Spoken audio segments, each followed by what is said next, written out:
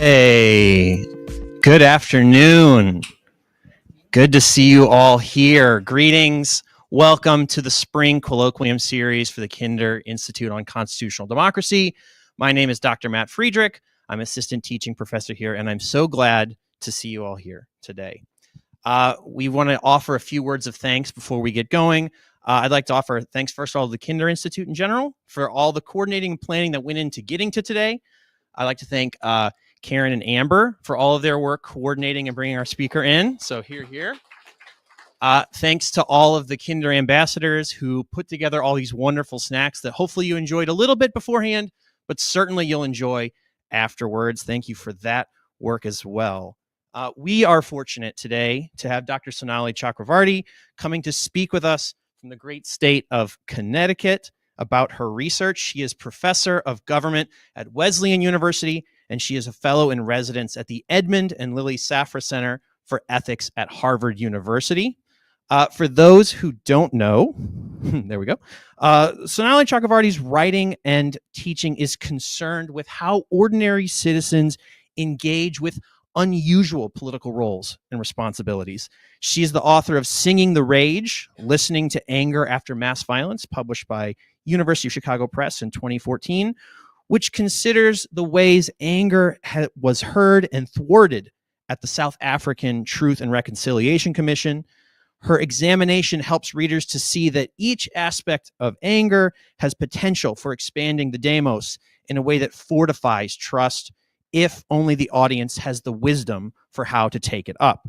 Her next book, Radical Enfranchisement in the Jury Room and Public Life, also by University of Chicago Press, considers what it would mean to change the way we educate jurors to make them more aware of the distinctive role they play in legitimating and denying punishment enacted by the state.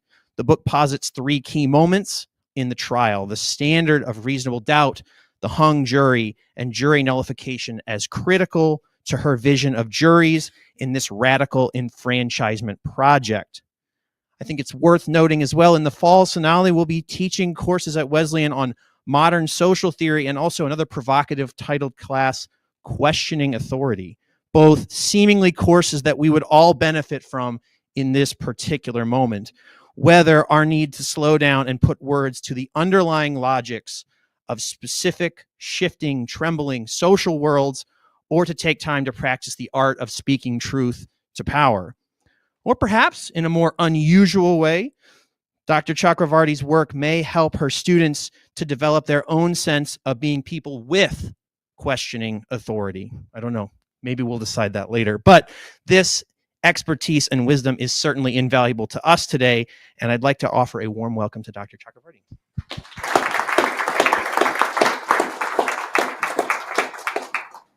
Thank you very much, Matt, and to the Kinder Center for inviting me. Thank you to Billy Coleman for extending the initial invitation, to Amber for helping set everything up for today, and to Matt for being a very warm and generous host for my visit here. It's funny, this course, Questioning Authority, I've taught it before, and sometimes on the evaluations, people say, the title made me think that I could really, this class would be really different, but it's pretty much a regular class, but the course is called Questioning Authority, the Politics of the Teacher-Student Relationship. So it also invites students to rethink that. So the title of my talk today is Whose Commitment to Impartiality Can Be Believed? The End of Batson and a New Regime of Credibility in the Courtroom. The Sixth Amendment states that defendants are entitled to an impartial jury in the state where the crime was committed. Yet the court standard of impartiality in this country has excluded entire classes of jurors who possess life experiences relevant to determining the verdict. My current book project, tentatively titled Legal Impartiality for a New Era, draws on legal history, political theory, and an analysis of contemporary cases to interrogate how impartiality has been applied to exclude those who have experienced violence, as well as those critical of law enforcement, and how the concept of impartiality might be made more specific in order to seat more diverse juries. From jurors who post comments on social media to Supreme Court justices who are asked to recuse themselves on cases involving family members, questions of what it means to be impartial in a court of law are appearing everywhere. While technology has exacerbated the conflicts, the presence of an impartial decider, whether that be a judge or a juror, is a critical element of a legitimate legal system. All the procedural norms built into the criminal legal process would be meaningless if defendants, as well as the public, believed that impartiality was a sham because bias was allowed to pervade the process. The constitutional mandate for an impartial jury has been understood in several ways, including as a juror's state of mind, as well as a set of legal commitments necessary for a fair adversarial trial. My project further enumerates the necessary legal commitments and considers what impartiality should mean for the juror in the contemporary era, with attention to the challenges of systemic racial discrimination, extraordinary levels of publicity surrounding certain crimes and trials, and the paradoxical task that jurors must fulfill when it comes to incorporating their own life experiences into the deliberation process. On the one hand, jurors are asked to base their verdict solely on the evidence at a trial, and on the other, their life experiences are valuable for interpreting the evidence and determining the verdict. I'm interested in working out this paradox. In 2020, Connecticut, following a handful of other states, put into place new guidelines for selecting jurors in civil and criminal trials with the intent of seating more racially diverse juries, reforms that would have been difficult to imagine just 5 years before. The recommendations go beyond the previous remedy for challenging the improper dismissal of a juror based on race that the Supreme Court had implemented in Batson versus Kentucky, and I'll be talking about this, because the new reforms make it more difficult to dismiss jurors who have had prior contact with law enforcement or have expressed a distrust of law enforcement. These reasons have frequently been used to excuse large numbers of Black jurors who are much more likely than other jurors to have had encounters with law enforcement. While a handful of states have enacted procedures for seating more diverse juries, and we're currently waiting to see if they're successful, the theoretical implications of these changes to the jury process have not been studied. So that's my task today, is to show that these reforms to jury selection in Connecticut and elsewhere are a meaningful step toward epistemic justice. That is, the recognition of the juror as a producer of knowledge and capable of contributing to the knowledge necessary for democratic self-governance. So I want to start just with two sort of definitions that are important to me. One type of epistemic justice is testimonial justice, and this refers to having what one reports be taken as true by others, in essence, one's credibility. And another type of justice is hermeneutic justice, and hermeneutic is kind of just like a fancy word for interpretive, that is the ability to make sense of one's own experiences using conceptual tools and frameworks that also receive uptake by others. Both types of epistemic justice have been denied to jurors who have been told that their experiences with the legal system render them unfit for the work of impartial decision-making. I understand the work of being a juror as a form of epistemic justice, because this clarifies what is at stake in the role. While people often joke about trying to get out of jury duty, it is in fact a highly meaningful transfer of responsibility from the state to the people on questions of real importance. By serving as a juror, one is not just fulfilling a task of enfranchisement for oneself, but rather one is being given the power to decide the proper outcome for another person and thus contribute to democratic life in a direct way. In my talk today, I will first discuss the process of jury selection and how the process fails to create racially diverse juries. Then I will look at the legal process in Batson versus Kentucky, decided in 1986, and the way it tried to address this problem. Next, I will examine the case of W.T., a Black juror in Connecticut in 2013, who was not seen by the court as credible in his commitment to impartiality and was removed by the prosecution through a peremptory strike. And lastly, I will show that the 2020 rules make possible a new epistemic regime in the courtroom, one that includes remedies for the testimonial and hermeneutic injustices experienced by jurors, and mitigates the excess credibility attributed often to judges and lawyers through its new articulation of an expanded, quote, objective observer standard. And I'll explain what that is. So I'm sure some of you in this room have been called for jury duty and maybe even served on a jury. I find that the more I read about this topic, the more people come up to me and want to talk about their experiences, that they really stand out to people as, and oftentimes as highlights of their experience as citizens. And research has shown that people leave jury duty feeling more positive about the integrity of the legal system, the protections for the defendant, and about their fellow citizens. And they would say, like, I never really talked to my neighbors that much, but in jury duty, when I started as a juror, I was impressed by how seriously people took this task. So in the United States, you must be 18 years old, a citizen, and proficient in English to be seated on a jury. The process of jury selection begins with a summons potential jurors receive in the mail, with names usually drawn from voter registration lists and lists provided by the DMV. The next step is for the juror to appear in the courtroom and complete a written questionnaire that includes questions about basic qualifications, experiences with the law and crime, proximity to the police, and hardships that may prevent you from serving. The judge and attorneys use this questionnaire during the voir dire stage, which is the interview stage of the process. First, the judge swears in the juror and then asks questions that follow up on the information that was shared on the questionnaire. The judge also asks the juror a version of the ultimate question about impartiality, such as, would there be anything preventing you from being a fair and impartial juror in this case? Or can you set aside your previous opinions and decide solely on the evidence presented to you in court? The judge decides, even if you say yes, the judge decides if you can actually do this in their mind. Impartiality for jurors is often minimally defined as a willingness to make a decision based on the evidence presented during the trial and an openness to both verdicts. And a judge can take into account a juror's own assessment of their capacity to be impartial, but the decision ultimately sits with the judge, who must take into account a variety of factors, including conflicts of interest, previous experiences, opinions about the law, and orientation to the proceedings. If a judge finds the potential juror to be hampered in their ability to be impartial, the juror is dismissed for cause. That means the judge doesn't think they can be qualified. Next, attorneys from both sides are able to question potential jurors about topics relevant to the case and to suss out biases in jurors that they sense will be unfavorable to them. If the biases are substantial, an attorney may petition the judge and say, look, they've said this because I can't now. Are you going to dismiss them for cause? If the judge declines to do so, the attorney may, 1, accept the juror, or 2, use one of an allotted number of peremptory strikes to dismiss the juror. And peremptory strikes are basically like a certain number of strikes that each side gets to take off jurors that they don't like. Connecticut, for example, allows each side up to 15 peremptory strikes in the most serious criminal cases. The attorney who uses the strike does not need to provide a reason for the strike. It may be based on hunches about the potential juror's leanings, but peremptory strikes cannot be based on racial or gender identity. Voting and jury service are the two pillars of enfranchisement in democratic life. Due to the demanding nature of the task, the process of jury selection has been interwoven with the state's perception of a citizen as credible and trustworthy in a way that goes far beyond the requirements for voting. Up until the middle of the 20th century, jury commissioners had tremendous discretion in who would be called to participate. And the process was based on one's reputation in the community.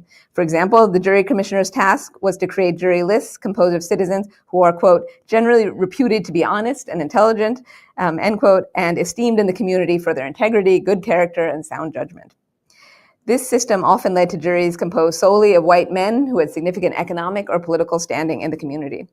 A variety of legal challenges in the 1930s and 40s served to expand the notion of the jury and the need to represent a cross-section of society, including the participation of women and Black people.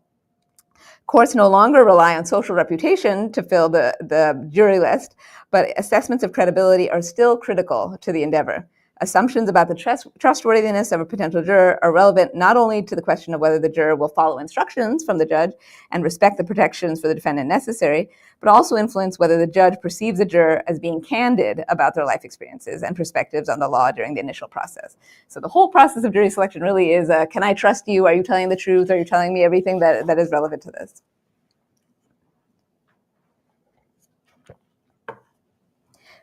Research has shown that people of color have experienced disproportionate contact with the justice system at all levels, including initial contact with the police in their communities.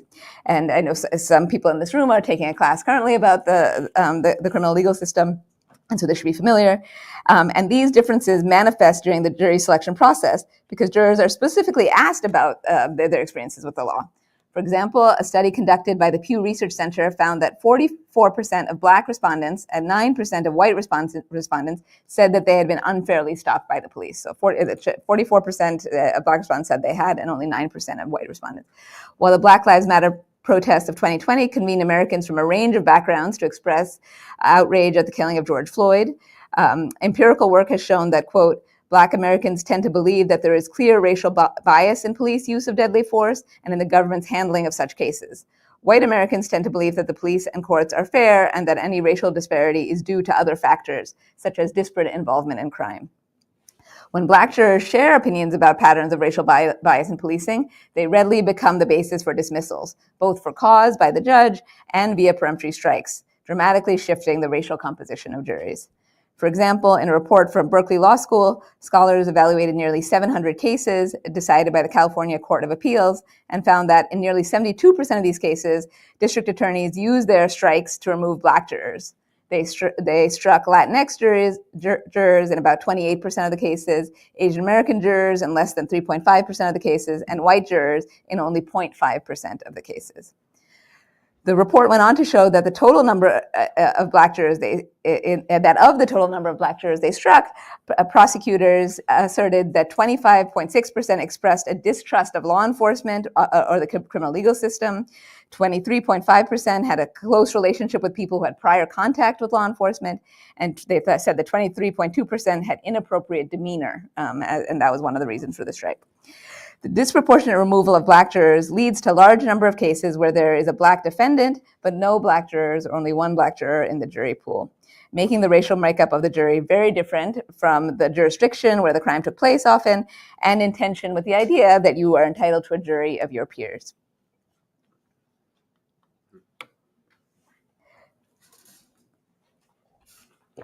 The decision in Batson versus Kentucky, 1986, marked the Supreme Court's recognition that the problem of racial discrimination against jurors merited attention and a new process of adjudication. In the case, which involved a Black man who was charged with burglary and then tried by a jury made up solely of white jurors, oral argument focused on whether the removal of 4 Black jurors through peremptory challenges constituted discrimination. And what they found in Batson versus Kentucky was that the same equal protection principles as are applied to determine whether there is discrimination in selecting the venire, which is the master jury list, also governs the state's use of peremptory challenges to strike individual jurors from the petite jury. Although a prosecutor ordinarily is entitled to exercise peremptory challenges for any reason, as long as that reason is related to his view concerning the outcome of the case to be tried, the Equal Protection Clause forbids the prosecutor to challenge potential jurors solely on account of their race, or on the assumption that Black jurors as a group will be unable impartially to consider the state's case against a Black defendant. And Batson was an important decision because it found that that a jury that excluded Black people was not only a violation of the defendant's right to an impartial jury, as protected by the 6th and 14th Amendments, it also marked an affront to the dismissed jurors themselves. To be unfairly excluded from participation in determining the state's use of punishment is an affront to one's own civic standing and sense of inclusion in the democratic polis. The majority opinion in Batson describes the following 3-step process. So if an attorney thinks that the other side has used a strike improperly, first the defense can raise a challenge that a juror who belongs to a recognizable racial group has been improperly removed by a peremptory strike. Second, if the challenge is accepted by the judge, the burden then shifts to the prosecution for providing a neutral basis for the strike. And this could be anything. This could be that juror's sister works in the same store as one of our witnesses. They have a child the same age as the defendant. You really have a lot of latitude in the neutral reasons. Lastly, the judge must determine if the reason given by the prosecution is purely pretextual, basically not true and just and covering up something, or a plausible reason for the strike. If the peremptory strike is deemed impermissible, the entire jury panel must be dismissed and a new group of jurors must be selected. While the Batson decision focused on the defendant's right to bring up the issue of discriminatory strikes by the prosecution, the court later extended this opportunity to the prosecution to challenge strikes made by defense lawyers. Both sides can bring them up if you think they're being improperly used. So while this was the process that was set forth, there was one justice who saw problems in this from the beginning, and that was Justice Thurgood Marshall. And he was kind of prescient in his concerns about Batson, and he wrote, "Any prosecutor can easily assert facially neutral reasons for striking a juror, and trial courts are ill-equipped to second-guess those reasons. How is the court to treat a prosecutor's statement that he struck a juror because the juror had a son about the same age as the defendant?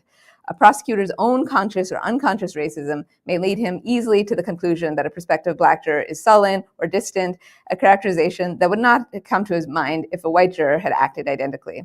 A judge's own conscious or unconscious racism may lead him to accept such an explanation as well supported." So Marshall is really putting his finger on that, that sometimes there might be kind of intentional discrimination by an attorney that is then covered up with a kind of fake reason. But Marshall is saying that sometimes even attorneys themselves, convinced that that's their real reason, and it's not. There's just their desire to remove black jurors. And then on the judges' side too, judges want to believe that that there's a legitimate reason for taking out this juror, and it's not about race. The Batson approach to combating racial discrimination has been derided as a failure and ineffective at preventing or remedying racial discrimination. For example, between 2006 and 2018, the California Appellate Court found error in just 2.6% of decisions where there was a challenge of discrimination. So out of all the Batson hearings, only in 2.6% of the cases did they think that there really was discrimination. Largely, the appeals court says that the judge at the trial level decided this, and we trust the judge because they were there and they picked up on all the different clues that are necessary to determine this. So there are kind of a variety of reasons why Batson failed, but one of them is that judges don't want to suggest discriminatory intent on the part of the attorneys, both for personal reasons. They might be friends with those people. They might have both worked in the prosecutor's office together, but also for the negative attention it brings to the legal process. They want to think that everybody in the room is trying their best and is not engaging in any type of discrimination. In light of the credibility complex of the courtroom, the Batson process gave excess credibility to the attorneys who made the strike and the judge who thought he or she was able to transcend their own biases, while at the same time, it systematically discounted the credibility of jurors who were being truthful about their negative and complex experiences with the law. In the 2013 trial of the state versus Holmes in Connecticut, Evan Jaron Holmes, who is black, was charged with home invasion and murder. After 2 days of jury selection, the jury pool appeared to be all white except for one juror who had marked African American on the questionnaire. This juror, W.T., had obtained a master's degree in social work from the University of Connecticut and was employed as a social worker with the Department of Children and Families. He also volunteered with the Department of Corrections, working directly with inmates. After being questioned by the judge and attorneys from both sides, W.T. was dismissed by the prosecution via peremptory strike. A Batson challenge was immediately raised by the defense, but the strike was held up as valid by the judge. The defendant, Holmes, was later convicted by a jury on all charges. His defense counsel appealed the decision on the ground that W.T. should not have been dismissed. W.T.'s testimony during voir dire provides an illustrative example of how the credibility of a juror is shaped by the questioning process. So the following excerpts are taken from a transcript of the voir dire process that was included as part of the state's Supreme Court decision. So he's asked by his defense attorney, how does your work as a social worker and as a volunteer at the prison, how might that affect your work as a juror? And so then he says, so part of my whole experience is as an African American, as an American, and also studying these situations, I know that there's a lot of issues that go into various systems, the criminal justice system, the educational system, and various systems, but people are not fairly treated, so I know that much. But I don't use that, I could make a professional, and I think I keep my composure and do my job, just like as a professional, as I work, even as I do volunteer work, but you have to know the reality in life as well. So his answer is somewhat rambling, but W.T. is answering the question posed to him by the defense attorney in a thoughtful way because he's considering different points of connection between his work experiences and the legal system. He's honest about the sad situations he has seen and the fact that some people do not receive a fair trial, but he is also aware that his role as a juror requires a different type of orientation to complete the task. The lack of focus in his response could be interpreted as a lack of confidence in his ability to be a good juror, but I suggest it could also be read as his willingness to adapt to the different role of the juror as a professional, and he is revealing his thinking about how he will switch into that role. The prosecution later keeps asking him questions about how he could do his job as a social worker and still be a fair and impartial juror. And the prosecution's tone in this is kind of incredulous. Like, how could you possibly be a social worker and also be a fair juror in this case? And W.T. kept clarifying that he could. He says, but I think I could keep the facts and be able to look at the facts of the case and judge by the facts. Prosecutor then says, we need to know how you're feeling so we can make the appropriate assessment, and you can make the appropriate assessment. I think it's not a perfect system, but it's improving every day, and there are not as many systems that I can think of that come anywhere close. One of the concerns that people may have is jurors who are using their time as a juror to try to fix the system. You indicated, and I think you said, that you would listen to the evidence and decide it on the evidence, and you wouldn't let any concerns that you had filter in. W.T., that's correct. Fair to say, that's correct.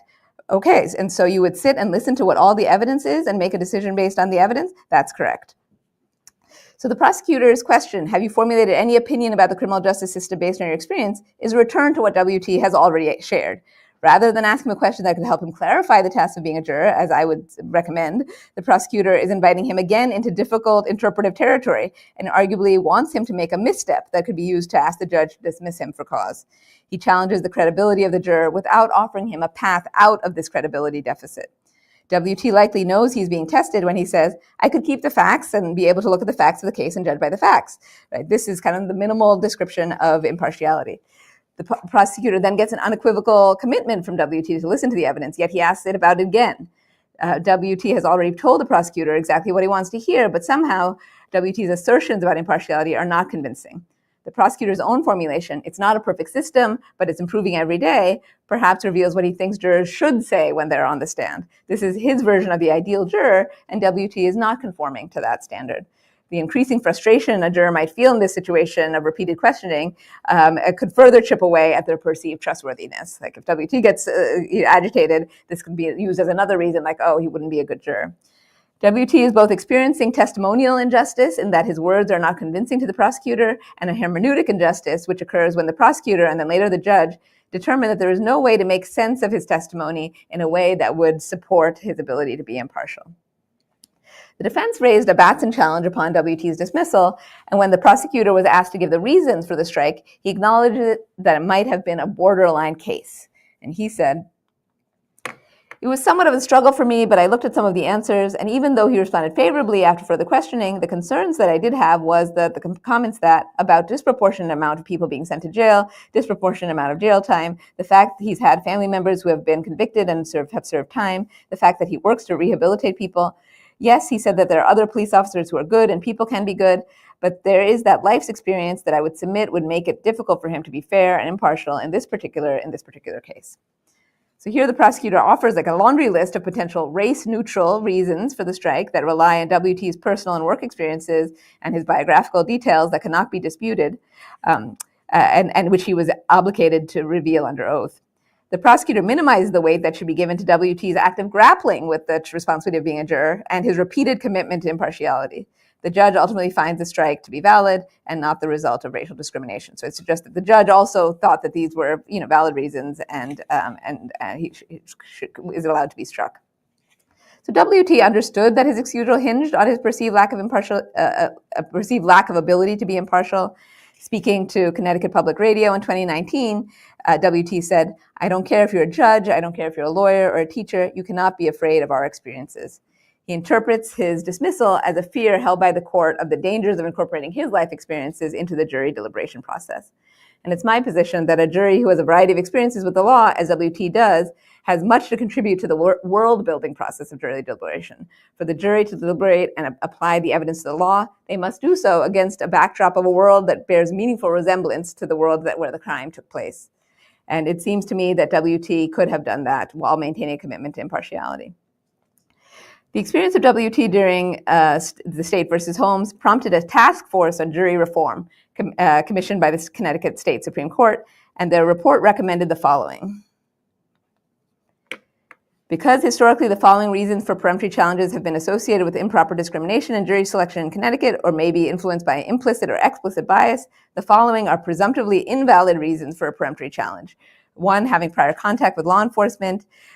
2, expressing a distrust of law enforcement or a belief that law enforcement offers to engage in racial profiling. 3, having a close relationship with people who have been stopped, arrested, or convicted of a crime. 4, living in a high crime neighborhood. 5, having a child outside of marriage. 6, receiving state benefits. 7, not being a native English speaker. And 8, having been a victim of a crime. The guidelines also have an additional section that tried to right the decreased credibility of those potential jurors whose demeanor was not consistent with what the court viewed as desirable. They wrote, quote, allegations that the prospective juror was inattentive, failing to make eye contact, or exhibited a problematic attitude have been associated with discrimination. If any party intends to offer one of these reasons or a similar reason as a justification for a strike, that party must provide reasonable notice to the court and the other parties so the behavior can be verified and addressed in a timely manner. So they're also saying, like, if you do find like the juror is not making eye contact, you should tell the judge, and then the judge should say, please make eye contact. If the juror continues not to do that, then that could be the basis of a problem. But it can't be used later as the race-neutral reason. Much of the language adopted by the task force and later accepted as rules for the Connecticut state court system is taken from Washington state's GR 37, the first intervention by a state court to address the failures of Batson. The Batson plus rules in Washington, California, New Jersey, and Connecticut are significant because they focus on disparate outcomes rather than discriminatory intent, as Batson had, and thus change the expectations for what judges should be looking for during jury selection. The administrative rules offer a new epistemic landscape for the courtroom during voir dire. The reasons for the diminished credibility of black jurors have now been articulated in an explicit way with the hope that a higher starting point of credibility can be accessed, even when certain life experiences or demographic markers are revealed. By articulating the impact of certain correlations between race-neutral reasons, diminished credibility, and race-based dismissals of jurors, the court has tried to close one of the loopholes of Batson. At the same time, I think it is important that presumptively invalid does not mean definitively invalid. So there are people who have had some of these experiences, and if it's relevant to the case, that should not be jurors. And I think that should continue, and attorneys should be invited to ask more questions about this. But the rules suggest that a juror like WT might be able to serve on a jury because the prosecutor would not be able to overcome the presumption that these rules set into place. WT's statements about his understanding of the trial and his commitment to being fair would take on more weight with the judge, and this would be significant in the event of a strike by the prosecutor. The Connecticut rules are meant to enhance the trustworthiness of jurors who have had negative or ambivalent relationships to the law, but this does not overshadow the need to also assess the plausibility of their testimony, albeit with the altered assumptions about what impartiality might include. So now, one of the things I think that is good about these rules is that asking a juror over and over again about how these experiences affect their ability to be impartial, for example, is no longer acceptable. In the past, many officers of the court might have been unable to imagine how this life experience could ever be reconciled with the standard of impartiality, but now the expectations of listening by attorneys and the judge have changed. Judges are expected to make a good faith effort to understand how a juror understands their different social and political roles and creates opportunities for interpretive uptake in the process. Pushing this idea further, I want to suggest that by allowing jurors who have had negative or ambivalent relationship with the law and the police to also develop their commitments to a fair legal process through being a juror, having people like that will help create new paradigms of what it means to be a good citizen and foster the rule of law during complex periods of history, as we are living through now. It is valuable to understanding how an individual can hold multiple perspectives on the law simultaneously and see the constraints and possibilities of different roles. Who you are as a juror is different than who you are as a citizen or an activist in everyday life, and being able to move between these and the commitments that each requires, I think, is one of the things that we can learn from these rules and from the jury process. The Connecticut rules also instituted a process that is meant to reduce the excess credibility given to the judge who is adjudicating the Batson challenge. The rules read, if the court determines that the use of a challenge against the prospective juror as reasonably viewed by an objective observer legitimately raises the appearance that the prospective juror's race or ethnicity was a factor in the challenge, then the challenge shall be disallowed and the prospective juror shall be seated. So this is taking it away from what that juror thinks, and thinks that if someone else were watching this, would they think that race was a factor in the dismissal? And the language of an objective observer marks a change from the language used in Batson and is meant to take some of the weight away from the judge's isolated assessment of the reasons given by the attorney. Previously, when determining whether a reason was race neutral, the judge only had to be confident that her assessment was made impartially, and she was able to rely heavily on her own instincts.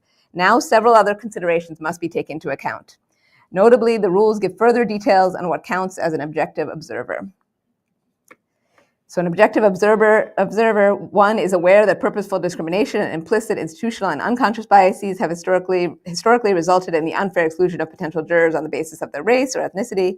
And two, is deemed to be aware and to have given due consideration to the following circumstances. One, the number and types of questions posed to the prospective juror. 2, whether the party exercising the peremptory challenge asked significantly more questions or different questions of the prospective juror unrelated to his testimony than were asked of other prospective jurors. Like we would see that WT's voir dire was much longer than other jurors because they kept asking these same questions over and over again. And so now with these rules, they're saying, look at just like also the absolute number of questions to think about whether there might have been discrimination. Also, the more you ask questions, the more the juror might say something that could then get them removed for cause or be the basis of a strike. So you're kind of exposing certain jurors to that much more than others. 3, whether other prospective jurors provided similar answers but were not the subject of peremptory challenges. I spoke to a class this morning about how during the trial of Derek Chauvin, a lot of jurors who were not Black talked about their concerns about the death of George Floyd, and the fact that lots of jurors brought up concerns about police violence made it much more difficult than to signal out the Black jurors who brought that out. So when other jurors also bring up these things, it kind of provides cover in a way to other people who have complex relationships to the law. 4, whether a reason might be disproportionately associated with race or ethnicity. 5, if the party had used peremptory challenges disproportionately against a given race or ethnicity in the present case, or has been found to have done so in a previous case. 6, whether issues concerning race play a part in the facts of the case to be tried. And 7, whether the reason given by the party exercising the peremptory challenge was contrary to or unsupported by the record.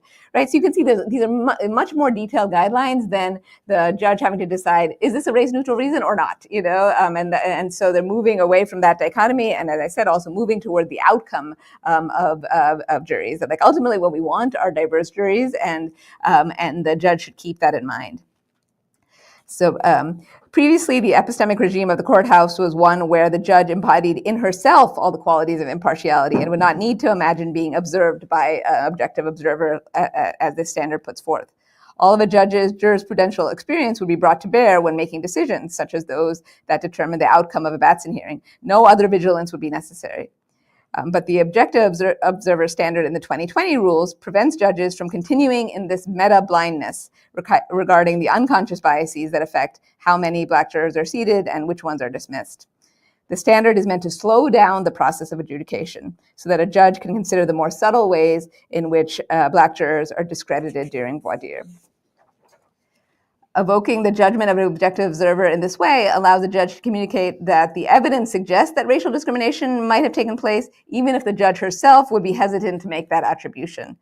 And so the objective observer standard takes the pressure away from judges having to discern discriminatory intent by attorneys and places it on how the public might view the strike in question. So one might argue that the rules for an objective observer amount to no more than a weak suggestion, likely to align with the ideology of certain judges and be ignored by others.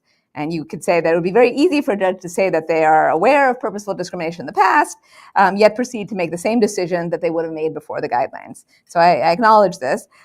Simply being asked to be aware of an issue does not create space for it to be necessarily in a judicial decision-making process. Still, in the previous epistemic regime, such a high level of credibility was given to the trial court judge who determined whether the reason offered for the strike was race neutral or not, that higher courts had almost no basis to overturn a Batson finding. So the kind of one change in this, even if judges choose to ignore it, is that higher courts will say, did you look at all of these things when you made your ruling? So it's creating a different type of record that can be used with appellate decisions. So my focus today has been the shift in credibility assessments of judges, attorneys, and jurors from the Batson precedent to the 2020 Connecticut rules. In the former, Black jurors were subjected to voir dire practices that started from low levels of credibility based on markers such as dress and body language and manner of speaking that were not directly related to the task of being a juror, as well as their expressed opinions or life experiences that were critical of the legal system. At the same time, the Batson regime maintained an excess of credibility by the court toward the attorneys as well as the trial judge. And so you can sort of see this in a sort of chart that under Batson v. Kentucky, judges had high credibility from higher courts, high trust in their own decisions.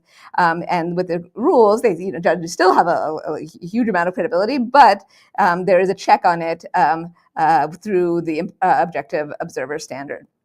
And with attorneys, too, they had high credibility from the judge, high level of trust that their strikes were made in good faith, strong deference by the judge to what they say. And then with the rules, we get moderate credibility with additional rules for the strikes. And then lastly, with jurors, we had low credibility under Batson. If the jurors' experiences, opinions, or body language do not show deference to the court. And now there's an enhanced starting point of credibility because of the assumption that a complex relationship to the law is not necessarily an obstacle to impartiality. It could be, but it's not necessarily that. And there is a possibility that they can experience epistemic justice and participate in the pooling of democratic knowledge. Just as the hashtag MeToo movement brought awareness to the asymmetries in credibility that surround cases of sexual assault and harassment, reforms in jury selection can change the epistemic landscape of judges, attorneys, and jurors in the courtroom. Both hashtag MeToo and the post-Batson remedies are mechanisms, a type of course correction meant to prompt scrutiny of the social practices that shape credibility. But broad changes to credibility complexes are not easily made. Previously, the jury selection process has attributed good intent and enhanced self-knowledge to lawyers and to judges, and expected this to suffice as a response to racial discrimination. Now, a new archetype of a good juror may be emerging, one who has had ambivalent or negative experiences with law enforcement or the legal system, but who can also abide by the requirements of a fair trial, and who often wants to do so and wants to participate. And our democracy and the integrity of the legal system are stronger for it. Thank you very much.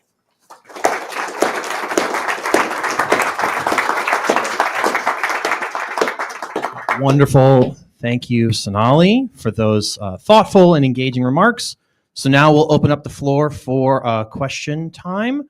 As is tradition, we like to begin with an undergraduate question. So if there's any undergraduate students out there who would like to ask a question, we'd like to begin with you. Are you there?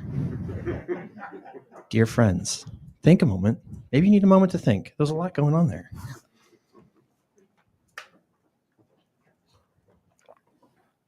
I was in ministry before this, so I can wait. I can sit in silence as we wait for your thoughts to come in.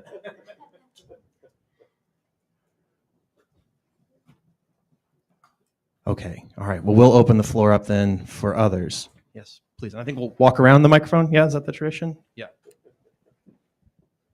Thanks for this great talk. You had such fine detail of these different cases, which I very much enjoyed. I was wondering if you could step back a bit for us.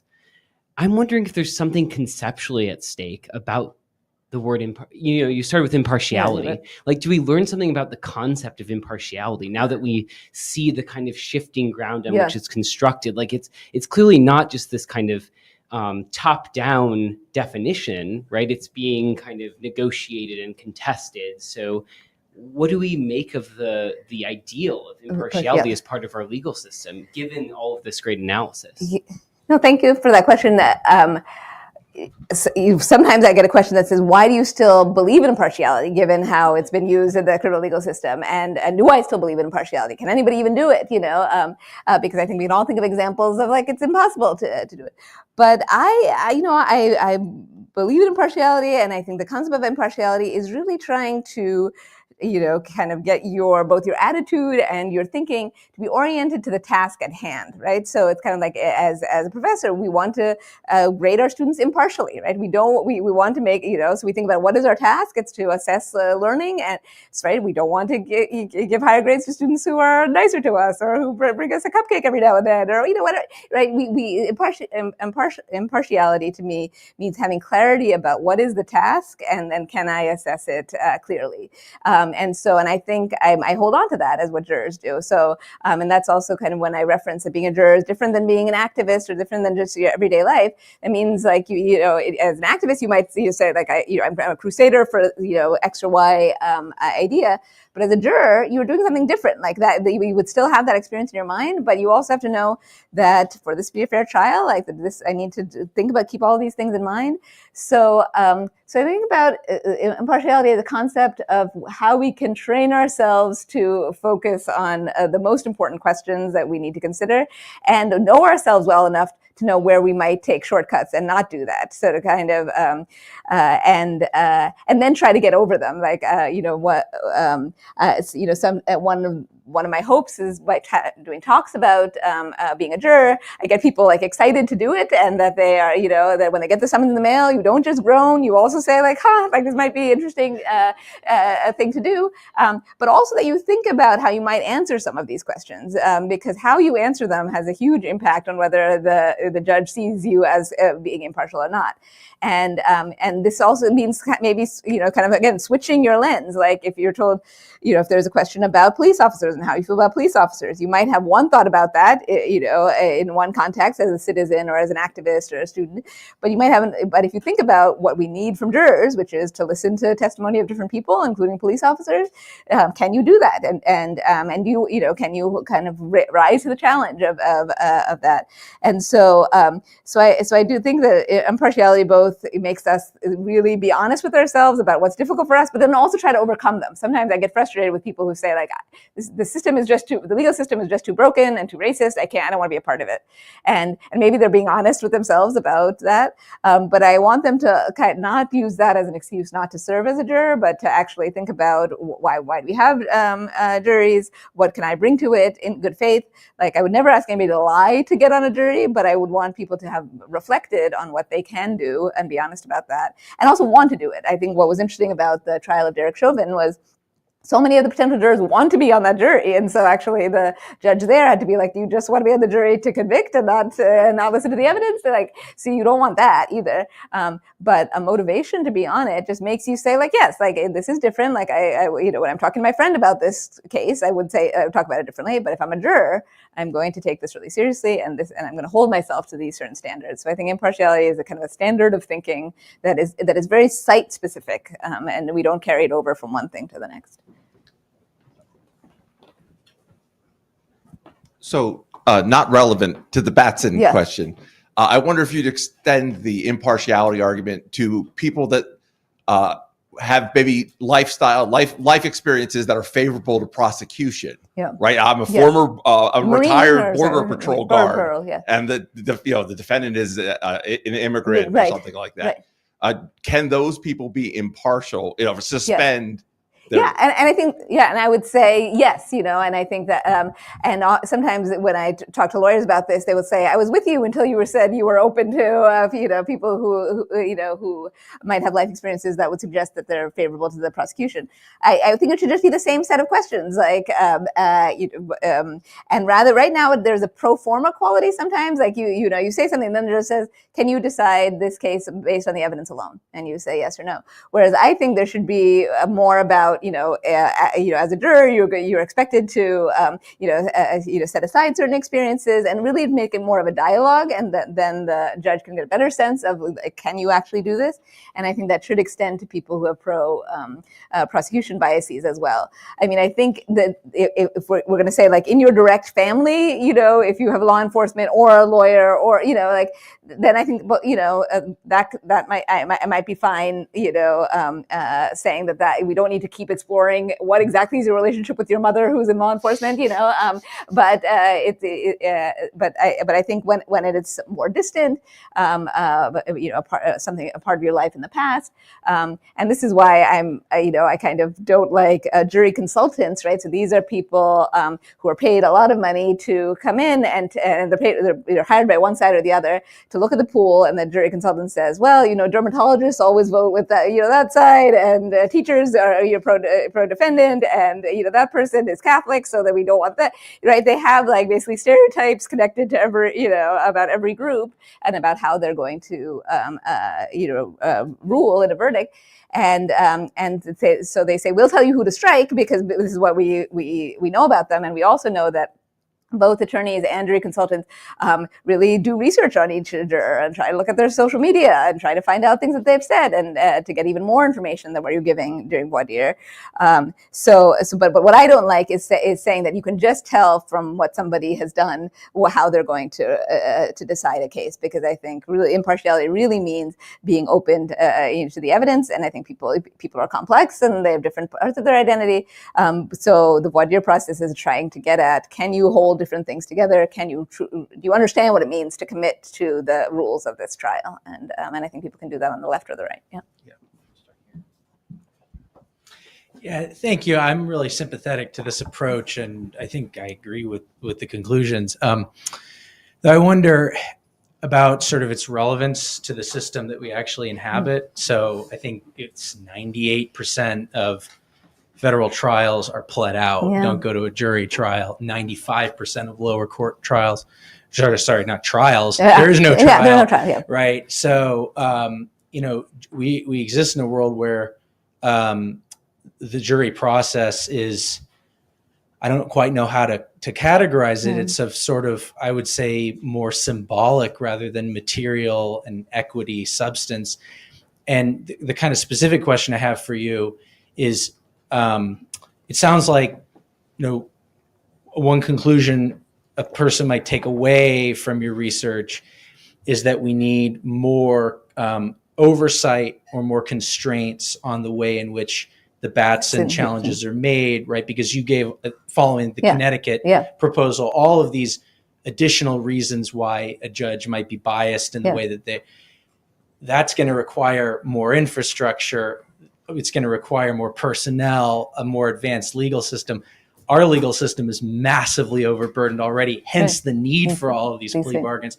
So I'm just wondering, how would you connect these for maybe a more reform-oriented person? How might you connect your vision here to the Real sort world of practicalities on the ground, given our so regime about design? the infrastructure, I don't think there's any more infrastructure in the sense that the judge knows this, and and judges always think about what other judges are going to say about them, right? And so in that sense, if all the judges in Connecticut have gotten this list, and I want to be in good standing with my peer judges, I'm going to police myself, right?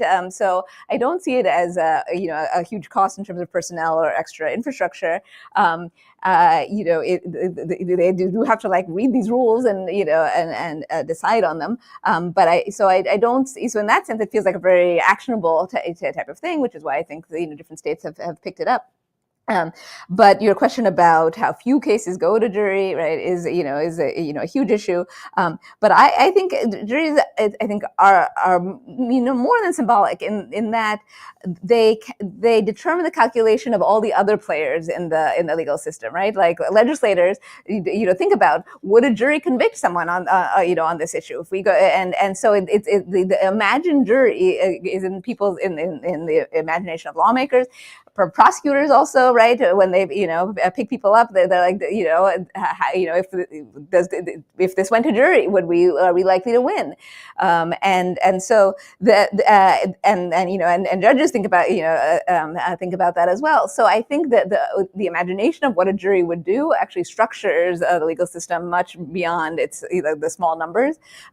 But I also think that if people felt that they would really get a jury of their peers, they might be more likely to take cases to jury, right? So we also people have been reacting to the jury pools that we've historically gotten. So I think that maybe an even more influential thing is that some states are having shortened trials. They're saying we're going to do a jury trial. It's only going to take 3 days. Both sides have to kind of be really kind of concise in what they're doing as a way to reduce time and expense, right? And so I think that's another way that we can get to maybe to have more jury trials, is to basically that if you want to, if you don't think you did it, you plead not guilty, maybe think about taking it to a jury. And I actually think that talking about cases both among jurors and also the media coverage of jury trials is one way democracies work out the most complicated problems. And even now, there are laws in certain states that are seen as extreme, and I think we should take those cases to a jury and see what people say about them. And you don't know, it could really go either way. There could be a hung jury, which then people say that's such a waste of money. We did all this, but trials are where we work out competing ideals within democratic life, and so we should use the jury system that way. Can I do a really quick follow-up? How quick? Quick? Really? Make it quick. I demand it. Are these rules that you Yeah. outlined, could they be reviewable in an appeal Yes. on due process grounds? So a subsequent judge could say, I don't think the previous judge followed Yeah. these, or are they just self-enforcing? No, they can be reviewed on appeals, right? That's so what I meant by additional work. Infrastructure. Yeah, no, I think now the appeals court has this too, and says like, listen, the juror that was struck got 3 times as many questions of all the other jurors, and that's one of the things you should have been looking for. So we actually think that was an inappropriate strike. Okay, good. Over here.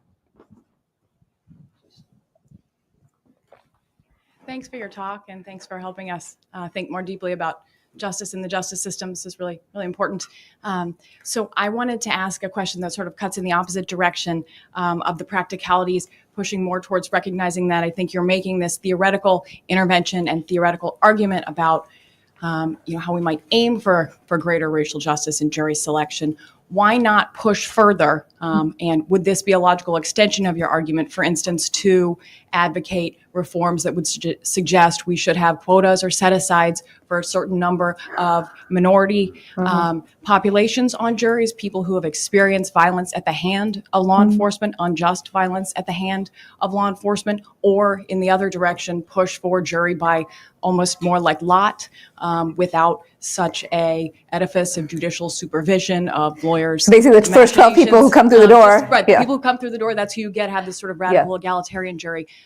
Are these innovations that you see as carrying forward what you're pushing for, or do these go too far or change what's at stake? Okay. Thank you for that. I think I'm sympathetic to the second thing you learned, the more we call radically egalitarian, and that really kind of saying, like, do you speak English? Are you 18? Do you know any of the people who are in this trial? And if you say no, then it's like, okay, you're on the jury. Okay, like I think that it's a little, it's a little dicey, like who you might get, but in general, like I feel like that is the spirit of jury selection by lot. You get a random group, and the randomness is part of the point. And so I am sympathetic to that. I think that with the quota idea, I want to offer the example that I've been traveling to Argentina to observe their new jury system. There just is several states in Argentina are using juries for the most serious criminal cases. They've never done it before. But they're like showing 12 Angry Men to like everybody and being like, "This, you guys out there are going to do this," and police officers are going to people's doors and saying like, "This is a new thing. Like, can you come to the courthouse at this time and be a juror?"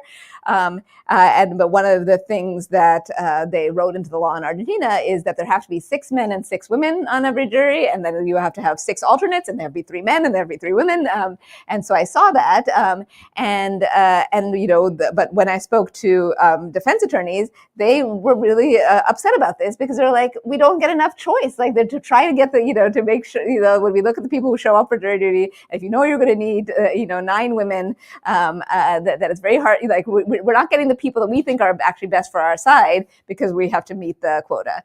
And you might say, that's like tough. Like, the other side also is feeling that. But I think that, that does get, I would say my concern with quotas is not that one exactly, but I just think people are more complicated than fitting them into these categories. I think we have, and I think we also have, there's so much contestation about who counts as what, even that to say, to say that this person counts as, if we need 6 people of color, you count, I think that wouldn't help as much as better representation in the jury pool itself, right? So it's, and kind of, the fact that you could use, many attorneys could use their strikes to pick off essentially all the black jurors in the pool means that there weren't a lot of black jurors in the pool, and so if we truly had better representation in the pool, there just wouldn't be enough strikes to go around, and you'd be stuck with, a more diverse mix, and we know that doesn't happen. So I would rather get at, that we make the pool so so diverse that it's just it's harder to to get exactly what you want. And I was also thinking when you're talking about given the high number of women that have experienced like sexual assault, like it feels like in sexual assault cases there should likely be like 1 or 2 people that have that have had that experience. And maybe some people it's too close and they're still processing it. They would not be good jurors, but maybe others, would be able to think about their own experience as well and what what they need to do here. But I would be wary of saying like on every jury we need people who experience sexual assault, right? But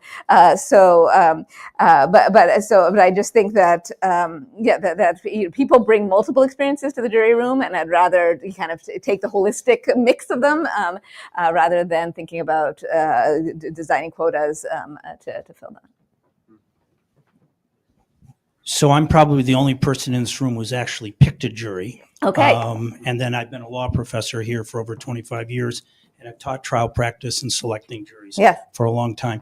I absolutely agree with you completely that jury trials are not just symbolic. Mm-hmm. They're a really important part of the process. If we didn't have jury trials, the prosecution would have even more power in the ability to jam bad decisions down, bad plea bargains. One of the central problems with our inability to have more jury trials is we underfund public defenders around the country. Right. So many defendants are burdened with a defense lawyer who's done very little work, who shoves a bargain down their throat. Right, they don't have the time to do it. And that's not going to change. That's not going to change, unfortunately. So that's one of the biggest problems in our system. Your ideas about reforming the jury selection process are really interesting. I agree with a lot of them. I think the Connecticut rules are a step in the right direction. At the end of the day, unconscious bias is a factor. So you can have somebody who is a Border Patrol person who claims he will be fair, but his unconscious bias is not going to make him fair. He's not going to listen to the evidence. And as a defense lawyer, absolutely would use a peremptory challenge. And I'd explain why. And my basis would be, no matter how much he says he can be fair, I don't trust him, and I hope the judge doesn't trust him. And that's what the strike is for. So you can use a strike for that, right? But the judge can still might have found the person to be qualified. Right, exactly. Just like in a murder trial I had with 5 police officers on the jury panel, and when I challenged them for cause, asking them, when you listen to the testimony of a fellow police officer, are you going to be able to evaluate that person in the same way you would evaluate a citizen witness? Or wouldn't you tend to believe the testimony of a fellow officer? No, I would treat my fellow officers just like every other witness. Okay, how many people find that believable? I certainly did. The judge denied my strike for cause for all 5, and I had to use I only had 5 peremptory challenges, and I had to get rid of the 5 police officers because I didn't trust them to be fair, and their not just unconscious bias, but their real bias was going to come into effect. So that's going to be a problem no matter what system we devise. So I mean, I could talk for hours about this, but I'll let other people do so. Please. Maybe this is not a good question, but with the situation we have now with our president, I don't say his name. Sorry.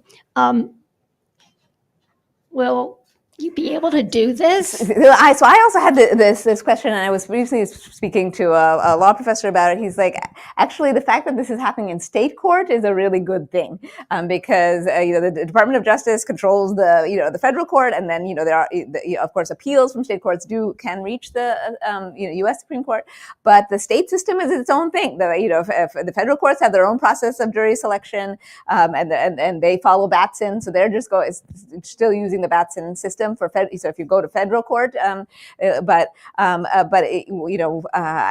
a renewed appreciation for the experimentation that can happen in the state court level because of their independence from federal court. So kind of a formal answer is that they're separate, but I feel like there are many words that are used here that are on the not allowed words anymore, right? With the federal government. So I feel like if they choose to make this an issue and they want to go after it, I think there'll be a way, they can try to do that. But ideally, but in practice, state courts have a lot of independence in how they're run. That's also why some states do it, some states don't.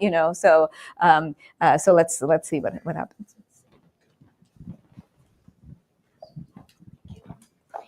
Thank you so much for your talk. I'm a second-year law student here, and I've spent the last few weeks learning about peremptory challenges, so I appreciate the timeliness of this talk for me personally.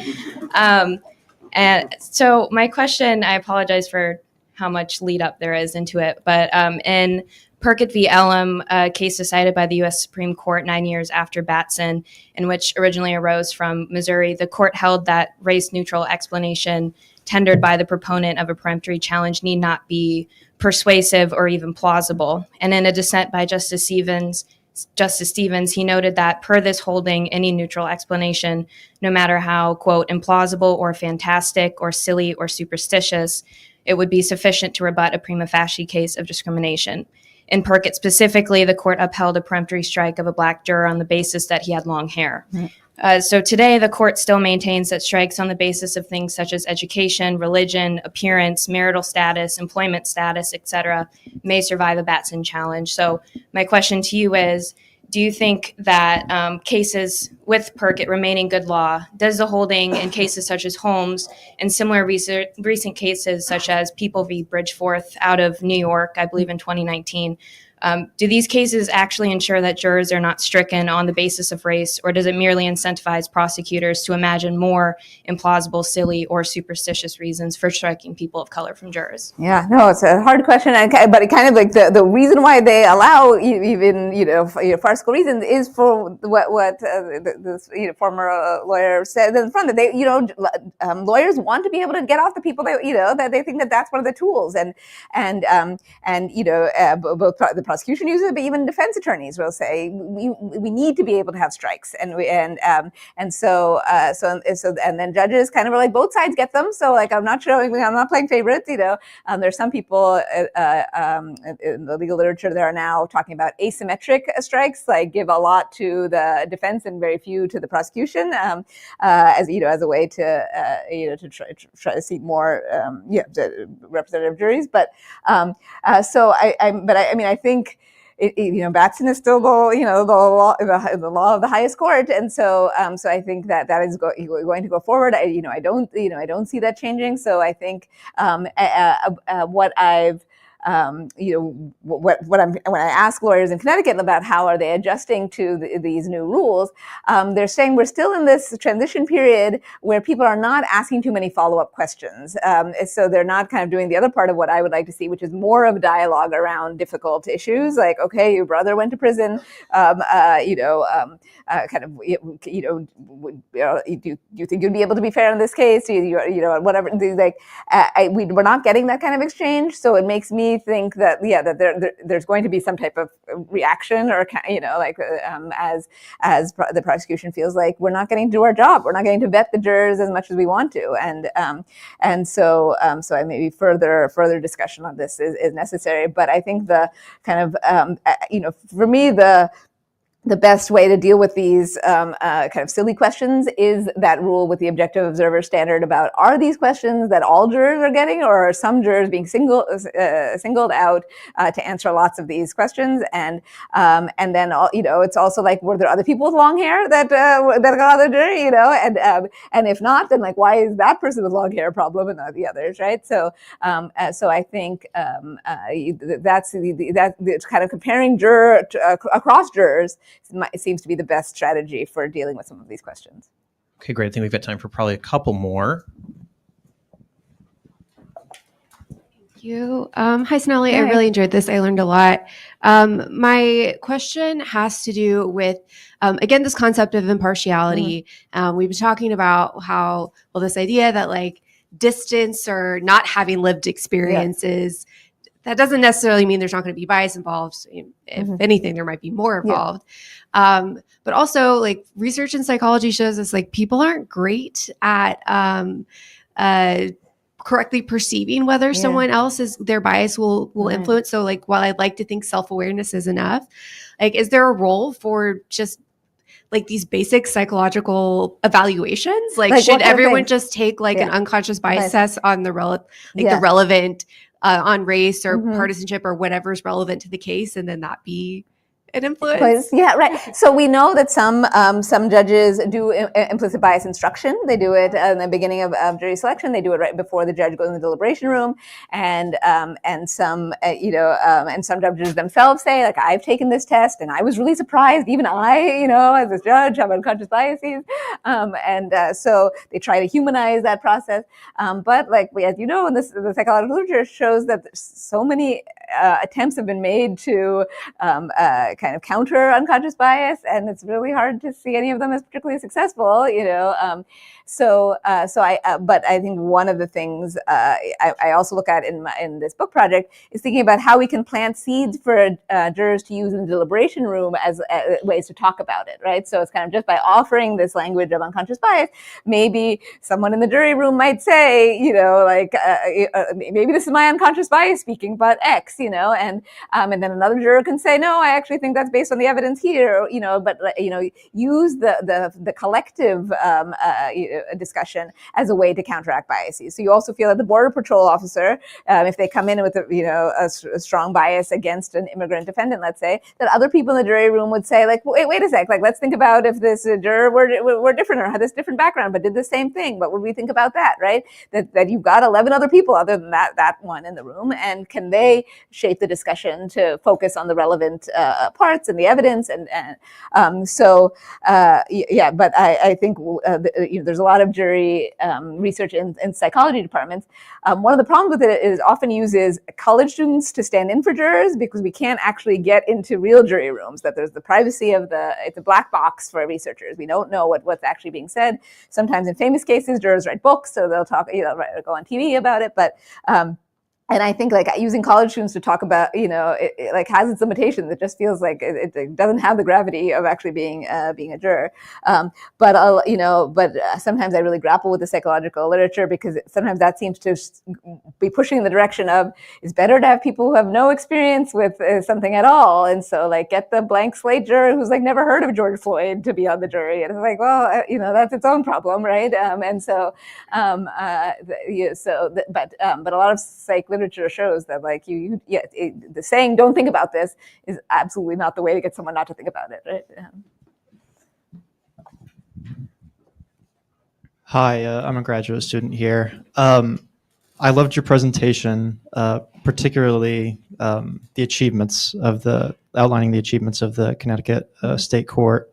But I grew up in Arkansas, and I wonder if the emphasis on the state level, I know that the federal government and the Supreme Court is what it is right now, but I guess focusing on the state level and state level reforms, I can see the appeal of it if I lived in a state like Connecticut, and I'm not familiar with the specifics of the Arkansas legal system, and I can imagine other states are not great about these things either, but you're like, you want another path. You don't. Yeah. Don't throw all the eggs in the state court basket. Yeah, I'm worried that the institutions in certain states are just so inaccessible that these kinds of reforms are going to be And so I think in states like that, actually, then the action should really be on getting a more diverse pool from the beginning. And there are scholars who are writing about how you shouldn't just use driver's license and voter registration.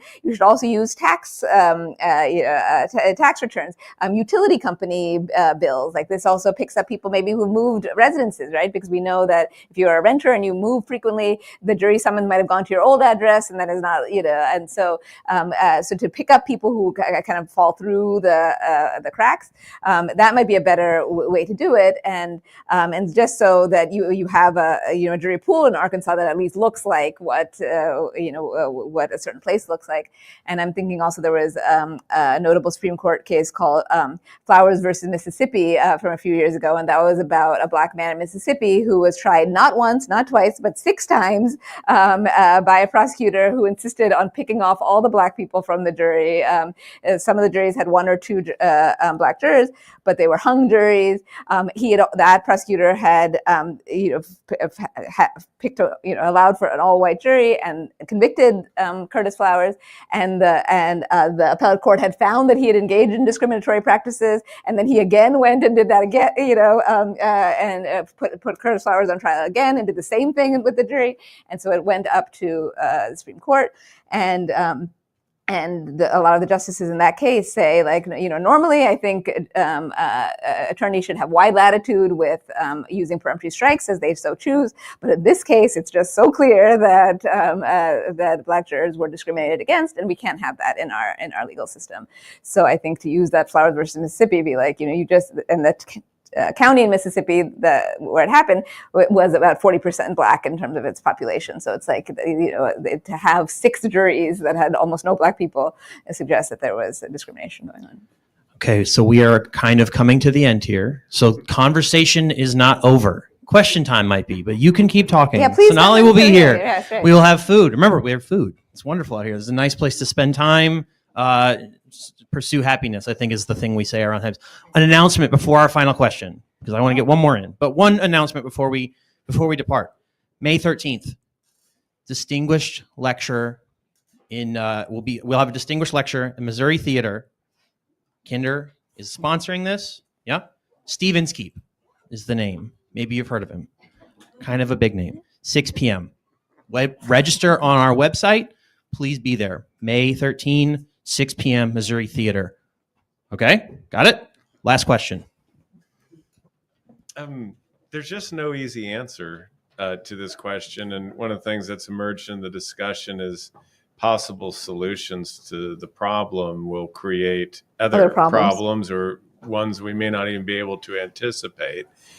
The underlying problems, of course, aren't unique to the jury selection system, right? There are big questions of our age, questions about implicit bias, about how institutions treat African Americans in particular, but minorities more generally, a loss of faith of the citizens with processes and institutions. I mean, the list goes on and on and on. I guess what I wanted to ask you to reflect on was to step outside of this particular lane about the jury piece and to look at how other institutions or other areas of our public life are attempting to solve these problems. And are there any underlying sort of bits of inspiration there or models that we might find that are less technical in the legal sense, but capture the spirit of how we might regenerate this sort of social change and this sort of social relations that you're looking for here? Yeah, my practice more has been to go in the other direction. What can other institutions learn from juries? Right? So I'll just start there. But more that I think what other institutions can learn from juries is that when people are given a task and are actually seen as able to complete that and given final decision-making power, they will do it seriously. They will work with their neighbors. They will talk across party lines. To have a shared project and do it is a very satisfying experience. So to deal with the loss of trust, loss of institutions, I feel like it's about giving people real roles, and then trusting them to do that role, and not saying give a recommendation and then another group will come in and then make the decision. Like that doesn't get at the spirit of the jury, which is it's really in our hands, So and I think while there have been talks about political parties coming into the jury room, that's really not a very common thing. People are just there. It's like you live in the community and you're talking about it. So more places of meeting up where you have some other task and it's not about your identity, as the key thing. And what's interesting about being a juror is you're not a representative of another group. You're there as you, and you're trying to figure out a difficult problem. And so I think if we can have other places of public life where, again, where the point is to come with your complexity and your life experiences and work on a task with other people. Okay, I think that's a good place to end. Let's thank Dr. Chakravarti.